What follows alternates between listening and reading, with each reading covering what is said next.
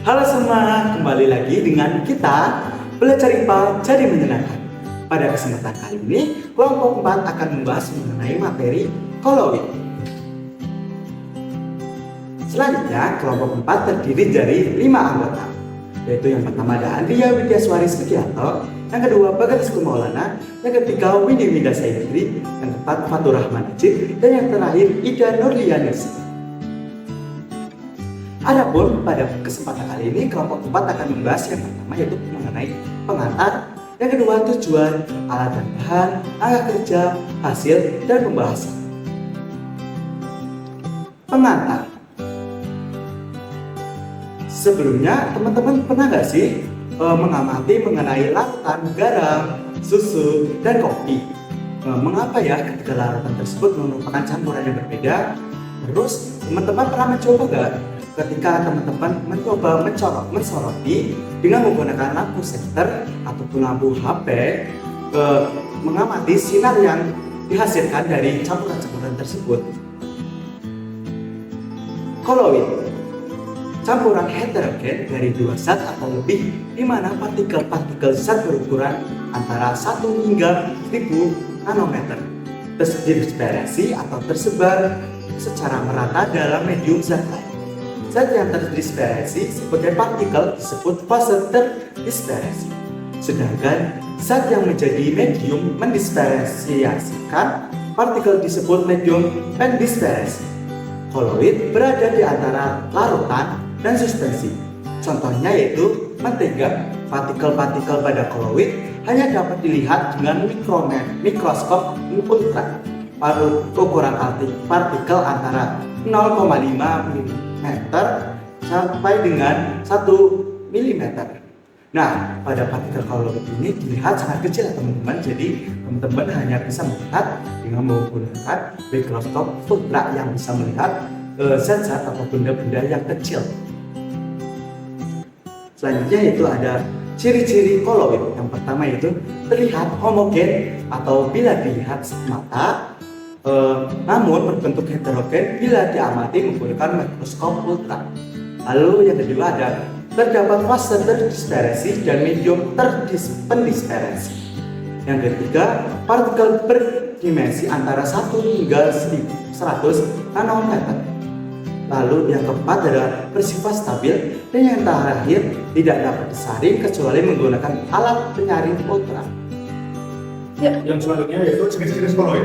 Jenis kolloid pertama yaitu aerosol dengan fase dispersi cair dan fase pendispersi yaitu gas, dengan contohnya yaitu kabut, awan, dan hairspray. Yang selanjutnya jenis kolloid kedua yaitu aerosol padat dengan fase dispersi padat dan fase pendispersi gas. Contoh kolloidnya ada asap dan debu di udara. Selanjutnya jenis kolloid ketiga yaitu buih dengan fase terdispersi gas dan fase pendispersi cair. Contoh kolloidnya yaitu buih, sabun, dan film foto. Yang selanjutnya jenis kolloid keempat yaitu emulsi dengan fase terdispersi cair dan fase pendispersi cair. Dengan contoh kolloidnya ada susu, santan, dan mayonnaise. Dan kelima yaitu jenis kolloid sol dan fase terdispersi padat dan fase pendispersi cair. Contoh kolloidnya yaitu sol, emas, tinta, cat, dan pasta. Dan keenam yaitu jenis kolloid buih padat dan fase terdispersi gas dan fase pendispersi padat. Contoh kolloidnya yaitu karet busa, styrofoam, dan batu apung. Yang selanjutnya jenis kolloid emulsi padat dengan fase terdispersi cair dan fase terdispersi padat. Contoh kolloidnya yaitu margarin, keju, jeli, dan mutiara. Yang selanjutnya sol padat dengan fase terdispersi padat dan fase dispersi padat juga dengan contoh kolloid gelas berwarna dan tinta hitam. Nah teman-teman, tadi kan sudah dijelaskan mengenai sifat-sifat kolloid dan proses pembuatan kolloid. Selanjutnya, ayo kita cari tahu mengenai percobaan larutan, suspensi, dan kolloid. Untuk tujuan percobaan yang pertama yaitu untuk mengetahui jenis-jenis campuran, yang kedua untuk menganalisis perbedaan sifat campuran, dan yang ketiga untuk mengetahui efek tinggal pada sifat kolloid. Alat dan bahan yang digunakan untuk percobaan kali ini yaitu gelas bening, sendok, lampu senter, air minum, kopi bubuk, garam, susu bubuk, dan tisu. Langkah kerja yang pertama yaitu menyiapkan alat dan bahan yang dibutuhkan. Kedua, campurkan garam dengan air diaduk hingga larut. Ketiga, campurkan susu dan air kemudian diaduk hingga larut. Keempat, campurkan kopi dengan air kemudian diaduk hingga larut. Kelima, diamkan ketiga campuran selama beberapa menit untuk melihat adanya endapan. Keenam, arahkan berkas cahaya lampu senter pada tiap-tiap gelas kimia. Yang ketujuh, perhatikan perbedaan sifat yang terjadi. Nah, untuk data hasil yang diperoleh yaitu pada kelas A, yaitu komposisi garam dan air, intensitas cahayanya yaitu tembus cahaya. Untuk gelas yang kedua yaitu komposisi susu dan air, intensitas cahayanya yaitu sedikit tembus cahaya.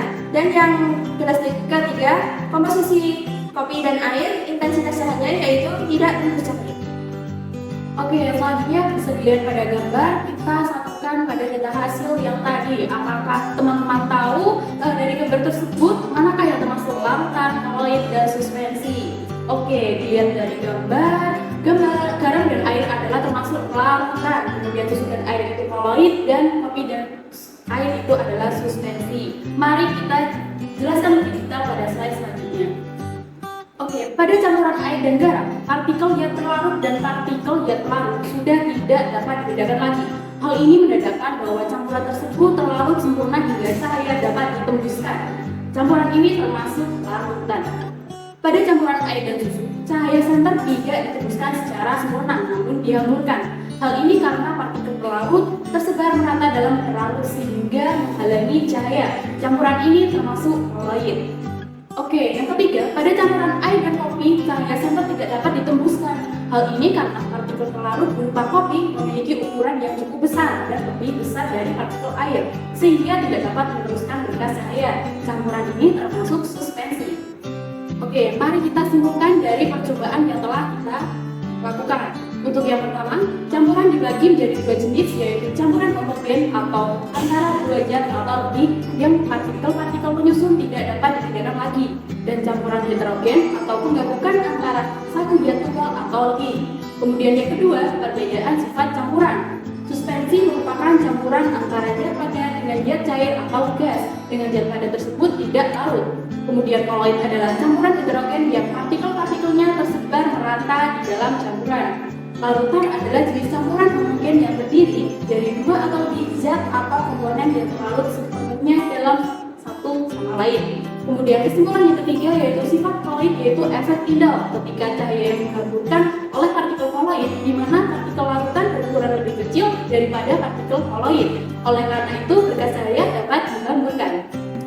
Nah, kira-kira dari video penjelasan dan percobaan sederhana tadi, apakah teman-teman udah paham apa itu koloid? Semoga dari video penjelasan tadi, teman-teman bisa semakin paham dan semakin menambah wawasan teman-teman mengenai koloid. Sekian video penjelasan dari kelompok 4, kurang lebihnya mohon maaf. Salam saintis muda.